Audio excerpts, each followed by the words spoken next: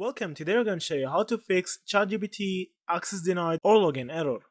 So the first thing that you can do is to actually click on the three dots on the top right corner. After that, you need to scroll down till you find the settings option.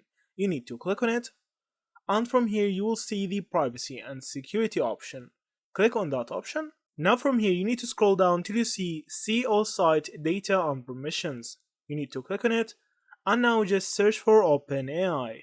Now you will find the OpenAI site cookies. You can just click on delete, I'll see from here, and you can now see if that fixes your issue. So if this didn't fix your issue, you can actually try to log in from other device or other browser. There's another way that you can actually fix that too. You can try to open the Wi-Fi settings and change the network connection. Sometimes the network connection that you are using right now will have some errors. You can try to use a stable internet connection or try to change the network connection. Also, one of the methods that you can try is to restart your PC. So just click on the Windows key or the Start key, and now you need to go to Power Options and click on Restart. If that didn't fix your issue, you can try changing your browser and open ChatGPT again and see if that works with you. So that's it. Thank you for watching and see you in the next videos.